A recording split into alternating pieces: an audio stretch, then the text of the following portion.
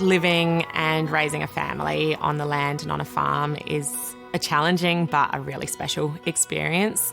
Seeing the opportunities and growth and learning in my boys is amazing. As a rural psychologist and a farmer, I see that there are really unique and different challenges that farmers and farming families face. Droughts, but also hailstorms and locust plagues, everything that farming faces.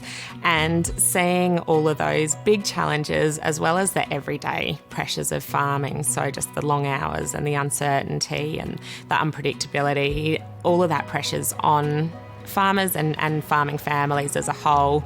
And then also seeing in my clinical work that the farmers often aren't the people coming through the doors.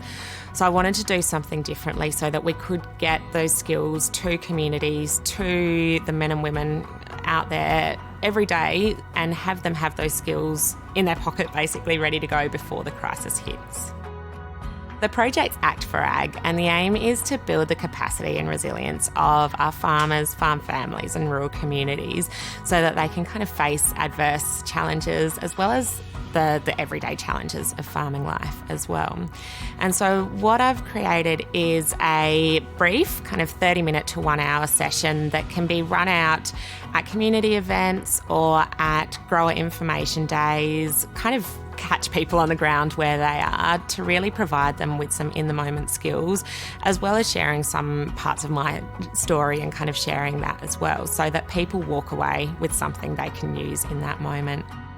For people who do want to build those skills further, what I'm then doing is an extra online component, so of 4 1-hour sessions run weekly, and there's options that can be done in person as well. And so it's kind of a tiered layer really, so the base level of the workshops and then kind of building people's skills from the ground up.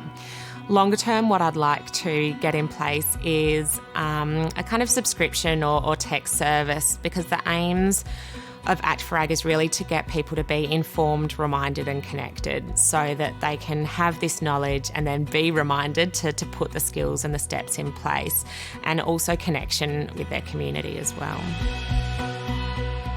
I still see that we do still have too many farmers die by suicide, and we still do have lots of families and relationship breakdowns, particularly after stressful times. So overall, I hope that Act for Ag can create a stronger foundation for regional and rural Australia so that we're not just responding reactively after the crisis has hit, but instead our rural communities have the capacity and the resilience to face these stresses when they occur. Part of my reason for also developing the project has been my own journey in mental health as well. After both my first son and then after my third son, Darcy, was born, I developed postnatal depression. And it has been really, I guess, that reality check that knowing about these skills doesn't make a difference.